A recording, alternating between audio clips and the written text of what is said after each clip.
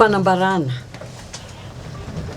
taorinikabary fanokafana ny fivoriana ara-potoana ny antenne miera-pirenena natao ny filohan'izany androm-panjakana izany Ramatoa Christine Razanamasoa tamin'ny 17 oktobra 2024 dia nitsangana ny 2 novambra 2024 ny vovonana ho amin'ny fampidinihana sy fanenarenanana na plateforme de dialogue et de médiation iarahana amin'ny fiombonan'ny fiangonana kristianina eto Madagasikara mba hisian'ny fitoniana sy fitadiavam-bahaolana mialohan'ny fifidianana ho filoham-pirenena. Io vovonana io dia ahitana sokajin'olom-pirenena avy amin'ny sehatra maro lafy izay manana traikefa eto amin'ny raharaha-pirenena anatiny sy iraisam-pirenena. Ny fivoriana tamin'io daty 2 novambra 2024 io no nijerena ny zava-misy mahatonga savorovoro sy sakana irosona amin'ny fifidianana madio sy milamina. Ny 3 novambra 2024 dia niaona tamin'ny lehibe ny iraky ny firenena mikambana ny vondrona afrikana ary ny SADC miasa eto Madagasikara ny vovonana ka nampahafantarana azy ireo ny fijoroany vivonana sy zava-misy eto amin'ny firenena ary ny ahiahy amin'ny korontana ateraky ny fanaovana fifidianana tsy manaja ny fenotra. Manaraka zany ny 3 novambra 2024 ihany nanoratra mivatana tany amin'ny troika ny SADC ny vovonana mba hodinina amin'ny fivoriana tampony ny 4 novambra 2024 tao Luanda, Republika ny Angola, ny raharaha mikasika ny Madagasikara. Taratasy nangataka ny andefasana iraka avolenta aty amintsika. Nanoratra ihany koa tamin'ny sekretera jeneralin'ny firenena mikambana mba andraisany andraikitra feno anamora ny fanakalozan-kevitra mba isoroana ny idirana amin'ny krizy indray. Ny solotenan'ny vondrona afrikana dia nanome toky fa anao tatitra any amin'ny foibe. Ny andro io ihany ny vovonana dia niantso ny tompon'andraikitra ny filaminana rehetra fa ny prefet irery ihany no nandefa solotena izay isaorana azy izany. Ary dia napetraka taminy ny fangatahan'ny vivonana ny tsy ampiasana herisetra sy fitaovam-piadiana mandratra na mamono amin'ny vahoaka tsy mitambasy. Nisy hatrany ny fandraisany filoha antenne miera-pirenena ireo tsara sitrapo rehetra na vovonana izany na fikambanana. Ny 4 novambra 2024 dia nisy ny fanasana ny candidat mpirotsaka ho fidiana rehetra. Namaly ny antso ny vondron'ny candidat miisa 10. Nandefa solotena kosa ny candidat laharana fahatelo amby 10. Tsy tonga, tsy namaly antso ary tsy nandefa solotena ny candidat laharana fahatelo sy faha 1 amby 10.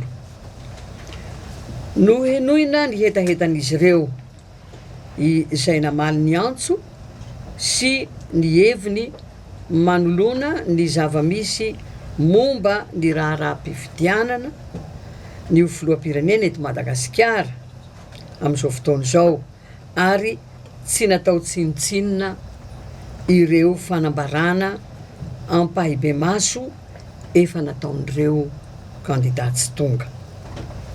Manoloana ny toe-draharaha eto amin'ny firenena rehefa niaino ny rehetra sy mahita ny zava-misy dia manao izao fanambarana izao ny vovonana ho amin'ny fifampidiniana sy ny fanelanelanana. PAN FFKM. Voalohany, tsy azo ditsy hita fa misedra zavatsarotra ny zotra-pifidianana ankehitriny ary misy fiatraikany amin'ny fiainam-pirenena izany trangan-javatra izany. Faharoa, manameloka amin'ny herinay rehetra sy ny fonay ny fampiasan-kery tafahoatra amin'ny vahoaka izay tsy fahavalo fa piray tanindrazana. Fahatelo, manameloka ny fampiororona sy ny fampitahorana ary ny fisamborana tsy ara-dalàna. Fahaefatra, mahatsapa ihany koa fa tsy mbola tomombana ny fepetra rehetra irosona amin'ny fifidianana madio, mangarahara, milamina ary ekeny rehetra. Fahadimy, manamafy ny antso nataony ramatoa filohan'ny antenimieram-pirenena amin'ny vondrona iraisam-pirenena mba tsy hialangalana fotsiny fa andray ny andraikitra manandrify azy ireo. Fahaenina, manameloka ny fisamborana ny solombavam-bahoaka izay filoha ny vondrona parlementaire iray mandritry ny fotoam-pivoriana ara-potoana ka tsy nandalo teo anivony birao maharitra ny antenimieram-pirenena. Fahafito, miantso ny fifanakaloza-kevitra sy dinika eo amin'ny mpiantsehatra rehetra amin'ny fifidianana. Fahavalo, maneho ny mbola fahavononana ny vovonana anohy ny ezaka isiny fitoniana sy ny tsy isiny korontana ateraky ny disadisa noho ny zotra-pifidianana tsy tomombana eto amin'ny firenena. Noho ireo voalaza rehetra eo ambony ireo ny vovonana ho amin'ny fifampidiniana sy ny fanelanelanana dia voalohany, manamarika fa ny fepetra takina sy ilaina amin'ny fifidianana mifanaraka amin'ny lalàna ny mangarahara andraisan'ny rehetra anjara ary ekeny rehetra, manaja ihany koa ny fenitra iraisam-pirenena dia tsy feno ankehitriny mba ahafahana miroso amin'ny fifidianana ho filoham-pirenena amin'ny faha-4 Novambra 2020. Faharoa, manambara fa tokony ahato ny zotra-pifidianana suspension du processus électoral ary tokony amerina amaritra ny fampiarana ny zotra-pifidianana mba hifanaraka amin'ny lamina iraisam-pirenena araka ny torolalana efa napetraky ny SADC sy ny vondrona Europeanina sy ny fitsirihana ny lisy-pifidianana na audit du fichier électoral. Fahatelo, miantso ny fampietona ny fampielezan-kevitra rehetra sy ny fidinana an-dalambe manomboka izao mba ahafahana miroso ampilaminana amin'ny fitadiavana ny vahaolana ankatoaviny rehetra. Faefatra, mampahatsiahy fa adidy tsy azo tovirana ny fampiarana arabaky teny ny lalam-panorenana sy ny lalàna velona, indrindra ny rizan-dalàna mifehy ny fifidianana na ny code électoral.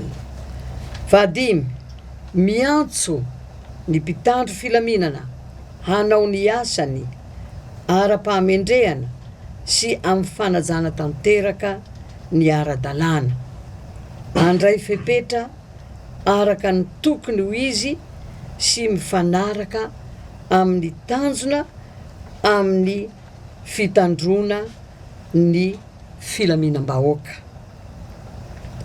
Fahenina, miantso ireo tompona ndraiky mpanjakana isa tokony mba hampanakery izao fanambarana izao. Aoka mba hitondra mbavaka hatrany ny firenena isika rehetra. Natao teto Antananarivo androany fa 5 ny volana Novambra 2024. Ny filohan'ny antenimieram-pirenena Kristina Razanamahasoa, ny filohan'ny FFKM Révérend Docteur Irako Andriamahasoa Amy.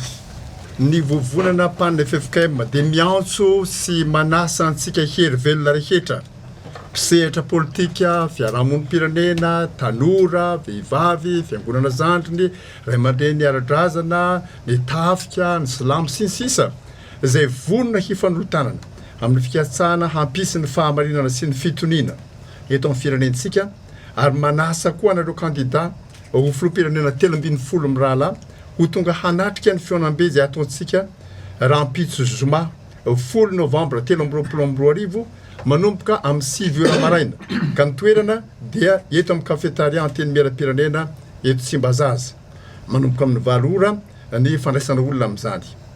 Manan'izay sosikevitra avy amintsika isika, ary ankasitrahana tokoa zany ho fitsimberana ny fotoana nefa dia isika samy hanoratra amin'ny takila iray zany sosikevitra zany, ary hatolotra eny an-toerana rahampitso ho raisina sy haravona ny sosikevitra rehetra, ary dia hambara amin'ny rehetra eo ampamaranana ny fionana. Dia manonona ny fiadanana tokoa amintsika rehetra hatrany, ary misaotra amin'ny fahatongavanareo. Dia miaraka manosony izany koa ny filohan'ny antenimieram-pirenena Razanamahasoa Kristina sy ny filohan'ny FFKM Dr Irako Andriamahasoa Amy mpitandrona.